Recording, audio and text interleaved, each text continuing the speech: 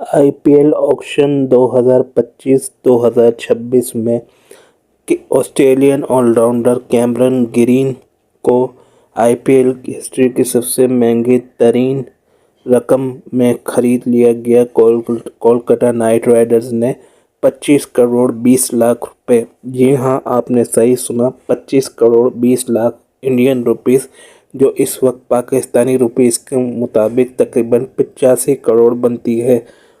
Cameron green पर नीलामी में शदीद मुकाबला हुआ।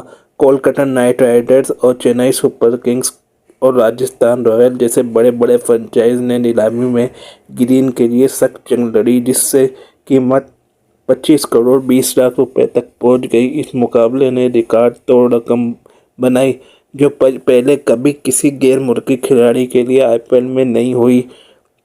वजह क्या है कि ऑलराउंडर के लिए इतनी ज़्यादा रकम लगाई गई?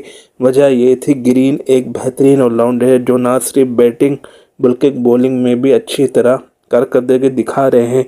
इनकी काबिलियत टीम के लिए बैटिंग और बॉलिंग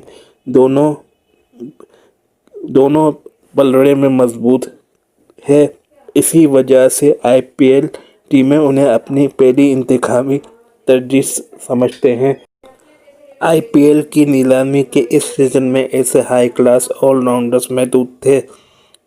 जब सप्लाई कम और डिमांड ज़्यादा हो तो इन प्लेयर्स की कीमत अपनी फितरी कदर से कहीं ज़्यादा बढ़ जाती है।